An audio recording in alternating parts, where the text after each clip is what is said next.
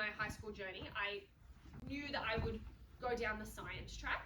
I did do accounting in year 12, but I was definitely always a science girl. I loved chemistry, biology. I did year 12 biology in year 11, which will be an option for a lot of your kids once they get down that end of the schooling system.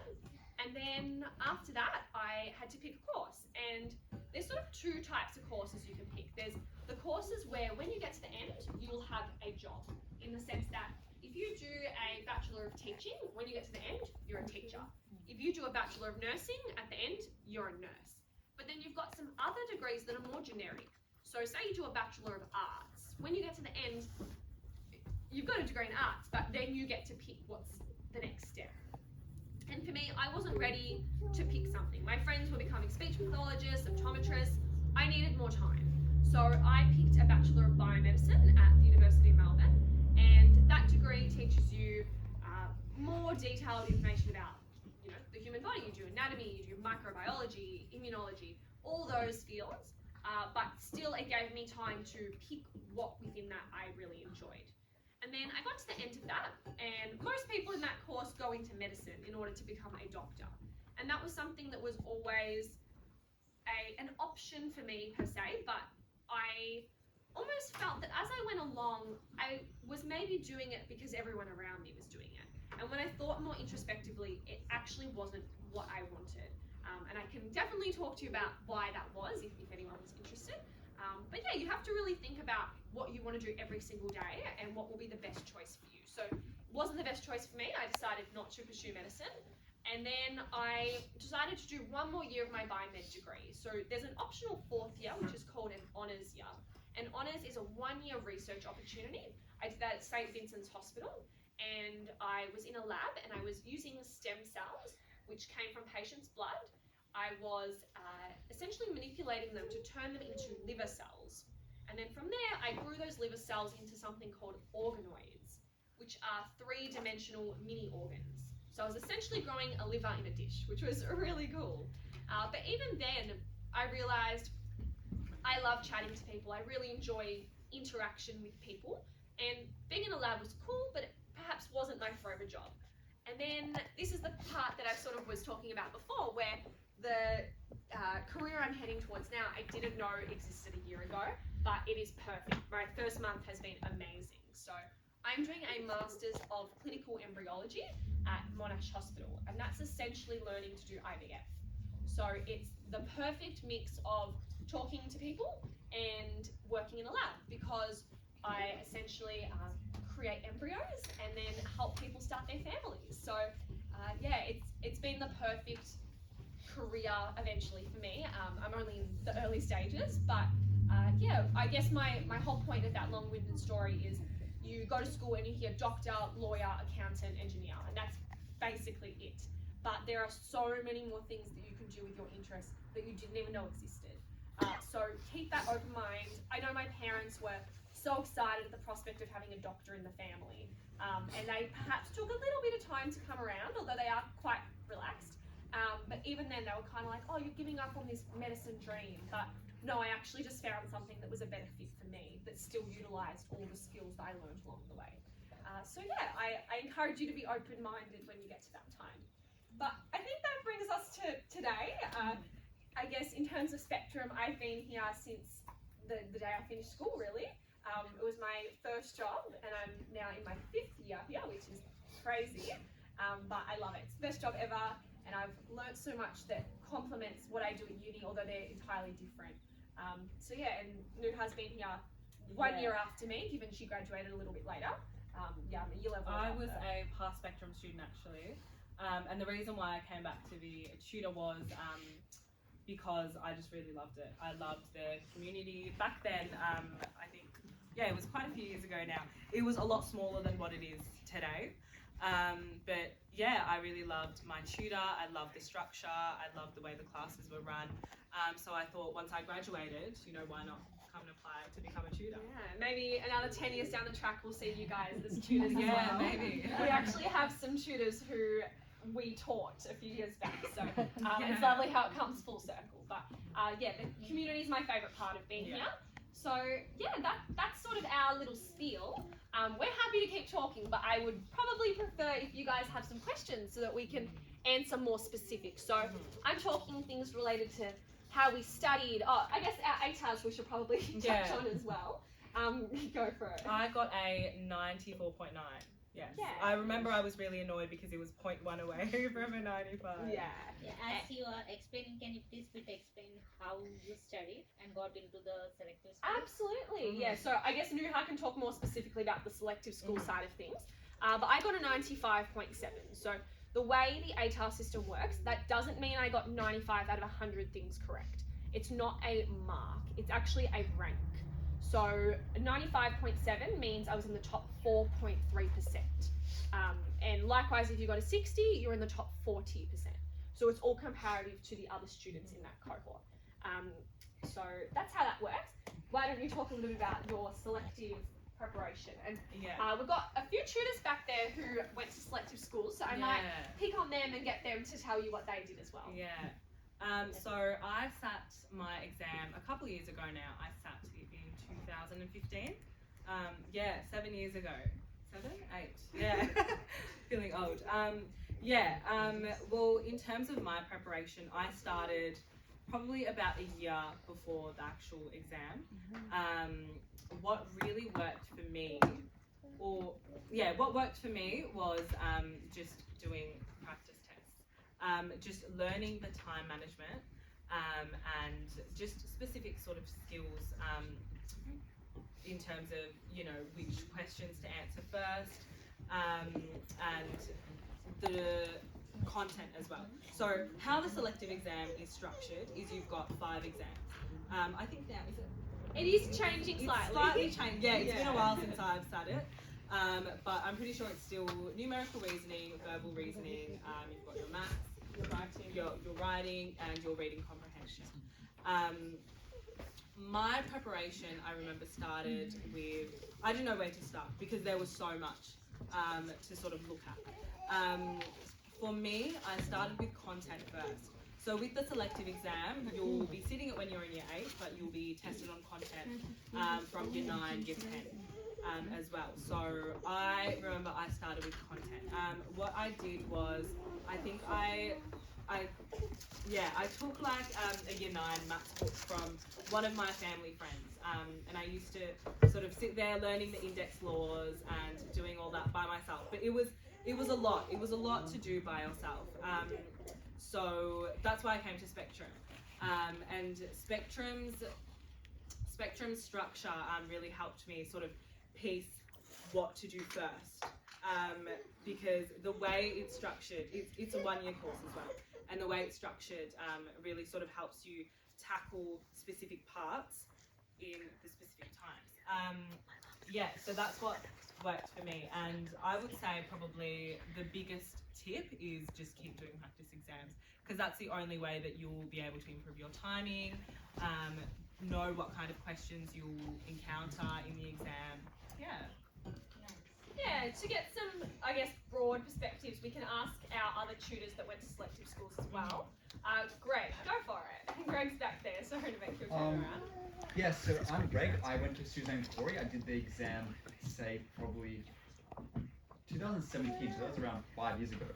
So, and pretty much the way I studied for the exam was because my parents pretty much found out about Suzanne Corey, I'd say, a year before the exam, so it was pretty close to actually when the date was.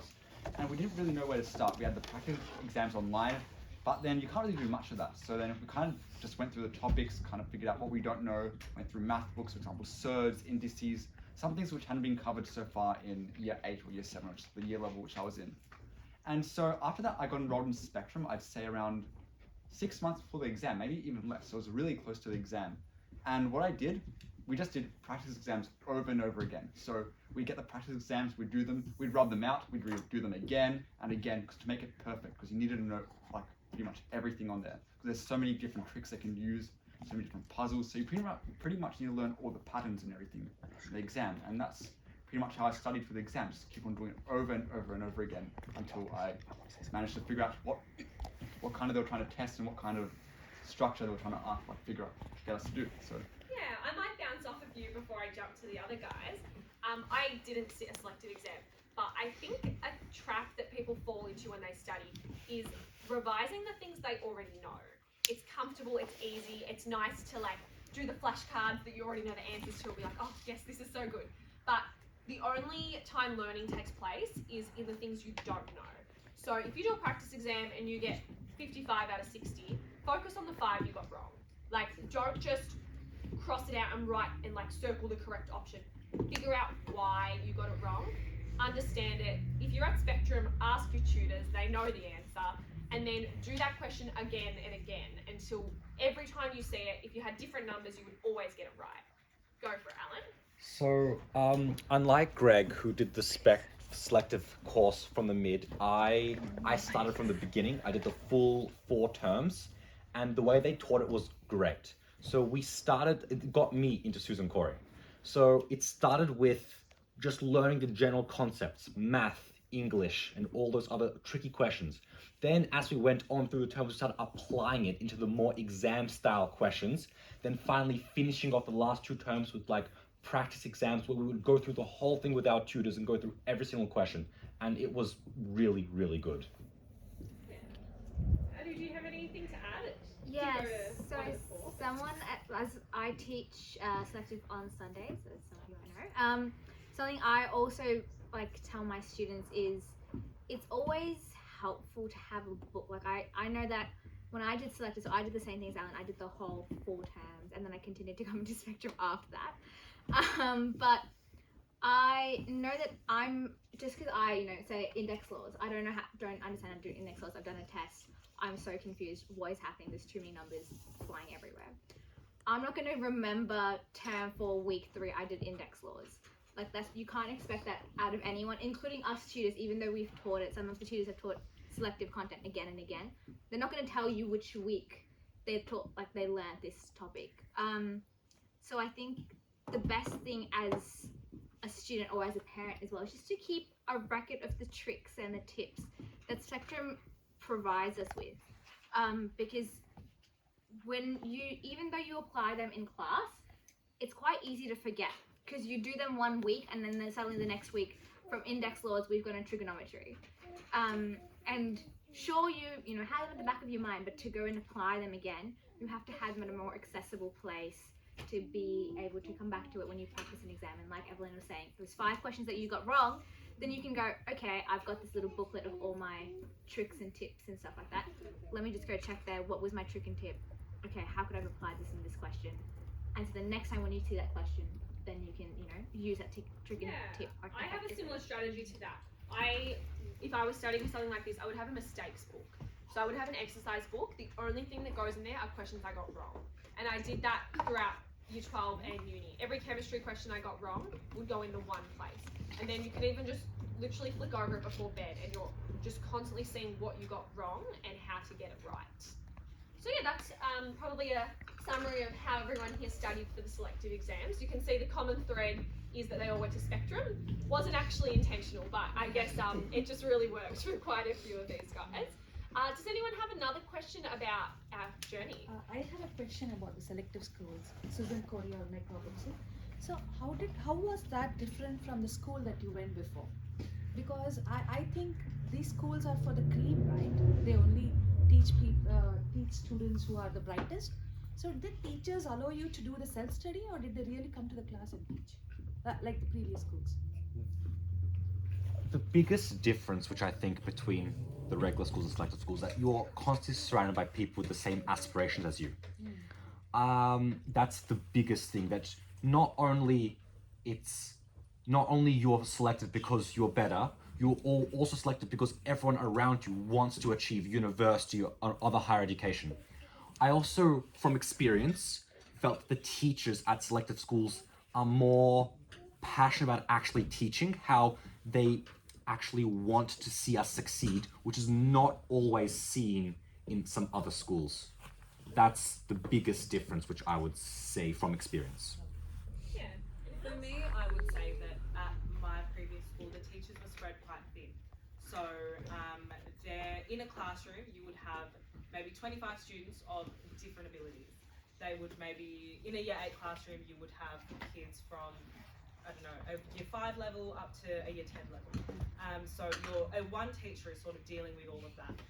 But at a selective school, generally everybody is on the same page. Yeah, so you're just surrounded by like-minded people, and teachers, it's just easier for them to teach when everyone is like that. So it's more pleasure of study because you have everybody in your caliber then. It really depends on the type of person you are, but I think, yeah, generally when you are surrounded by other high achievers, you're sort of pushed to be better and do your best because everybody else is also doing their best. Yeah. Can I just add to that? Because before everyone was talking about the extracurriculars. So I graduated from Suzanne Corey 2016, and it's kind of like high achievers doesn't just mean academics. So how you do one thing is how you do everything. So at schools like that, not only are you like wanting to excel in your academics, you also want to do sport. You want to do music. You want to run community projects. So everything you do is just pushing yourself, challenging yourself a little bit more. So yes, academics, but it's also the way of thinking. Like these guys were saying, everyone around you, like, wants to like do something important in the world. So yeah, so this question, like, do they select only based on academics? Say Susan Corey. So the selective exam is more of a general ability and thinking test. So while there are some academic aspects like the pure math or the writing test, there's also some, more critical thinking like problem solving and logic puzzles. So it doesn't only test academicals, test a willingness and ability to learn. So that's a big part of Susan Corey. You need to want to achieve. Yeah, I think that's a really brilliant point that Alan makes that I perhaps hadn't even considered, but as you say that, it reminds me of actually trying to get into medicine. And there's a very similar test to the one to get into Suzanne, just at a higher level. And I always say that test is not about how smart you are, it's about how much you want it. Because it's not something that you have ever been taught before. You're learning some of those questions specifically for this test. And you can't show up on the day and, some do, but majority will not show up on the day and just get them right.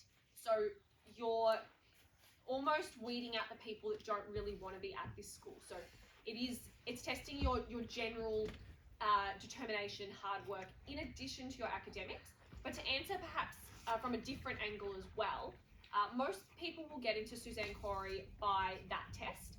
Some will be invited to have an interview with the principal, which becomes much more centralised about your things that are not academic, your sports, your music, etc.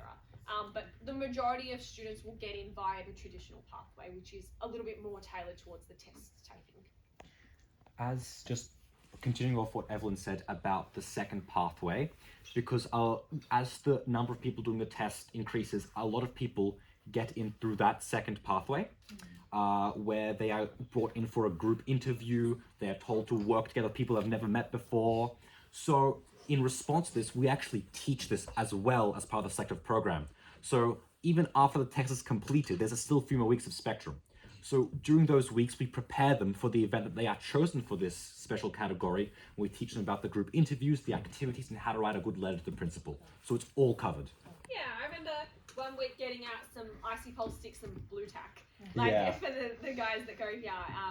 And that's all about learning how to work in a team and excel in a group interview. Just a question on this, Yeah. Group interviews and everything, like in spectrum or in general, how do we improve our talking, like public speaking? Public speaking, that's a good one. I can definitely speak on public in group speaking. interviews, Yeah. it has to speak up. Totally. So So- how do the spectrum teach, or in general, how did you learn? So Yeah. that we can implement on In general, for me, it was immersion into as many things as I could. I actually did a formal public speaking training course that was offered at my school. It's called Toastmasters, if anyone's heard of it. Yeah, I love it. One of the best things I've ever done. So that was very formal training per se, but more just on an everyday level, just giving yourself as many opportunities to practice that. I think public speaking is one of the most frequent fears of all. It's a lot of people are not comfortable, but more in a specific group interview setting, I think some things that you'd all agree with is you don't want to be so bossy to the point where you're cutting other people off. You also want to make your voice heard. So even offering to be the scribe for the group is sometimes a really good way to like be an active participant, as well as kind of encouraging people when they present ideas. Maybe being like, oh, hey, Nuha, what do you think? If there's someone quiet, all those things are like really green flags in a group interview. 100%. You want to be collaborative, not sort of on either end of the spectrum. You don't want to be too bossy. You don't want to be too quiet and sort of hide in the corner. So, and one more. Toastmaster is just for 18 years above, right? Honestly, I'm not sure if they run junior programs, but you can definitely find something out there that may not be Toastmasters, but from year 7 I did like debating, I joined like the school public speaking team. Those things are not always going to be comfortable straight away, but I think it's a really good life skill. You use it in lots of different jobs. Yeah. You're right, Toastmasters is only for adults. They should start a junior division, shouldn't they? Like 10 programmer, but it's only above 18. Yeah, got you. I know that when I also did selective and I had that question of how do I increase, my ability to speak within people, one thing that really helped me was sort of just including myself in things that I didn't like. Like, personally, I'm not a very sporty person. So like Evelyn was saying that she did hockey, tennis, anything you could think of, she was doing it. And same sort of thing for me. Like, I was sort of whatever I like didn't like, I would be sort of curious about it. Not that I'm saying that I would go out of my way and be like, let's go for this, soccer training that I have no idea what I'm doing. But sort of just learn a little bit more about soccer. Like, what is it about? What are the main tournaments? Like, FIFA, things like that.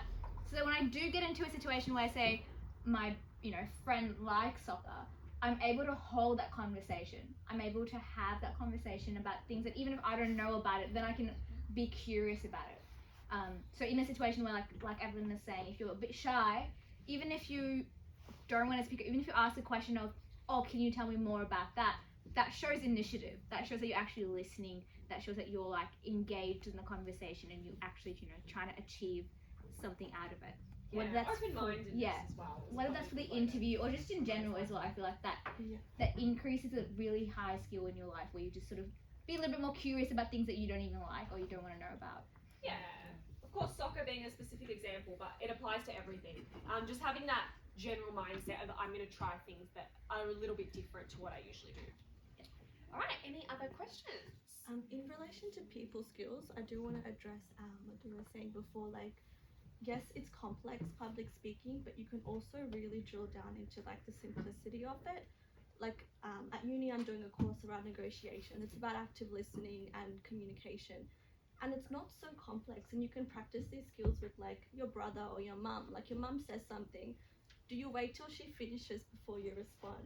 If your dad says something, can you reflect that back to him? So it's like taking that pause, and those like simple things, you can practice that. And when you go into that group interview or whatever, it's just become something you do. Like, those leadership skills can also be quite simple sometimes, just like basic things, and we can always practice those. Great point. So it doesn't have to be a formal program where you learn. It's actually something you can practice every day.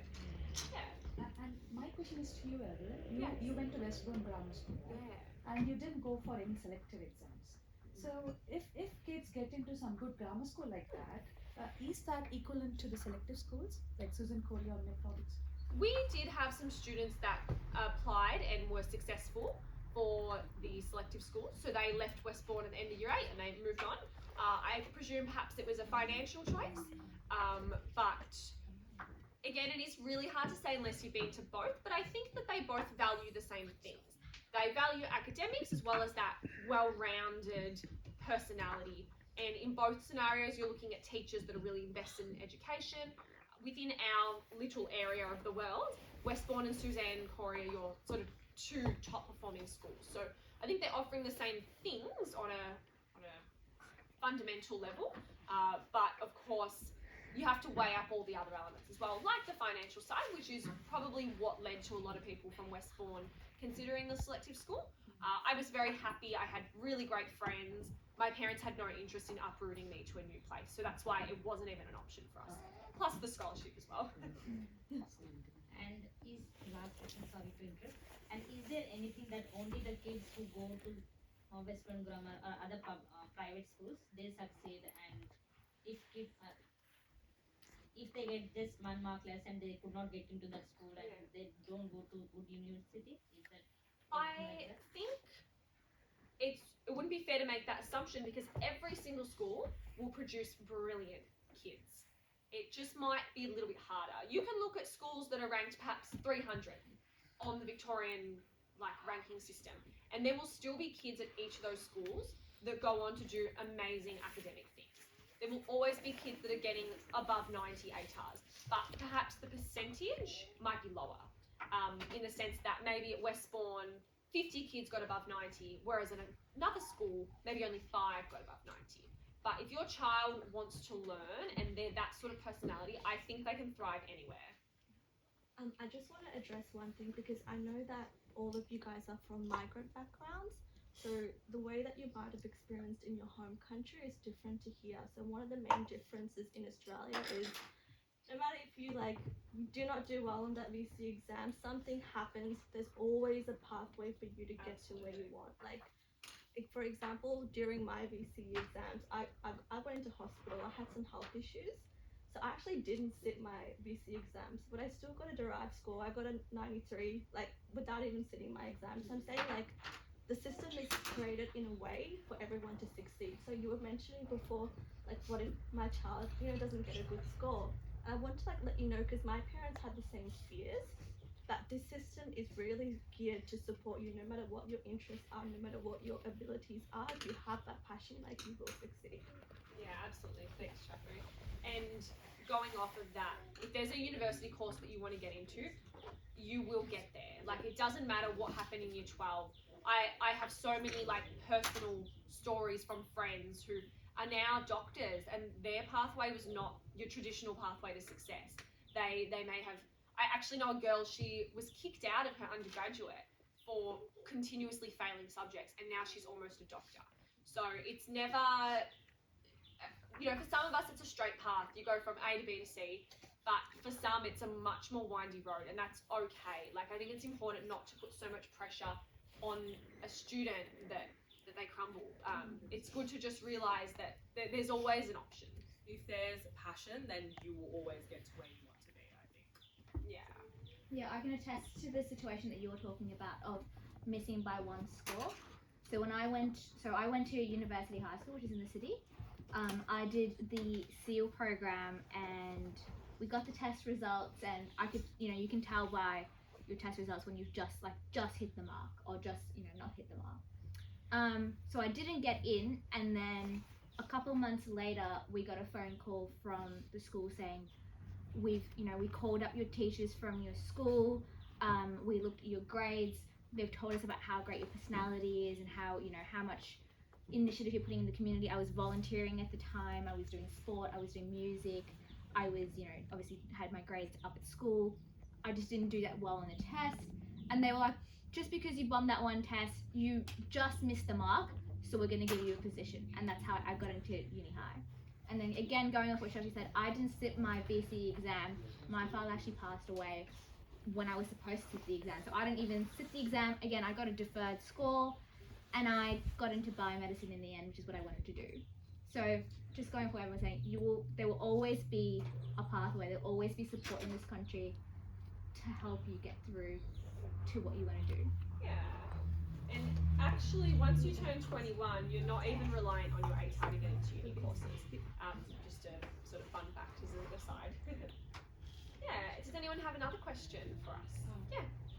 Most of you mentioned about practice tests. So, what practice tests were you doing in particular?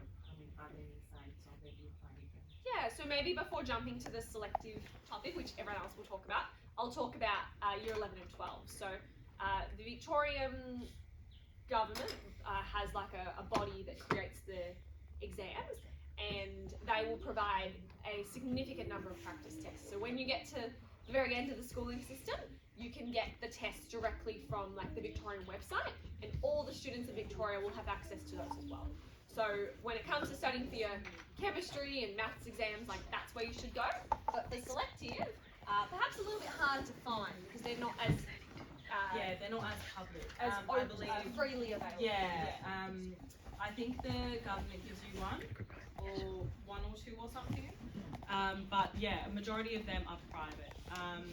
I remember I was doing Henderson's, if you guys have heard about Henderson's. I was doing those practice exams. I was doing Spectrum provided a lot of practice exams as well. I think those were the main ones that I was doing. But again, that was quite a few years ago. I'm sure now there'd be a lot more companies that offer a lot more sort of private practice tests. Yeah. Yeah.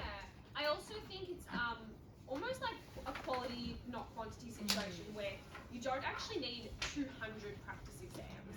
It's more about with the ones you do have, like really understanding them. Yeah, definitely. So like Greg said, just redoing them until you can get 100% on that test, so you know exactly where you went wrong and how to rectify those mistakes. Yeah, but I guess from a more Spectrum standpoint, you'll have the exams you get in class, and then we also have an online bookstore.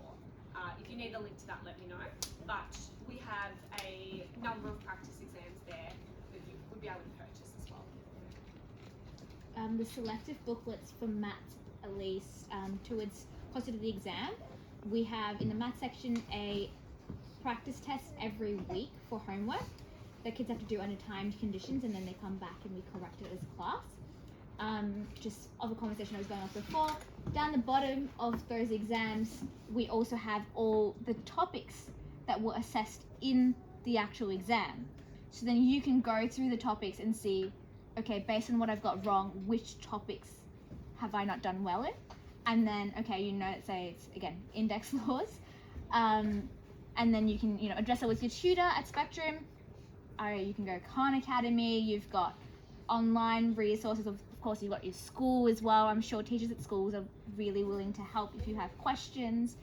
And then in your selective for your English, you also have to write essays, I think timed essays every week as well. And there's at least 2 or 3 in there where you can write essays, and there's more, at least 5 prompts a week, where if you're really willing, you could do a 30-minute essay for every prompt if you wanted to. Yeah, I genuinely feel as though what you get in a Spectrum book every week is probably enough. Yeah. Because you're also going to be a regular school student, right? So you've still got all your school homework and assignments and tests. So you can only devote so many hours to selective preparation a week.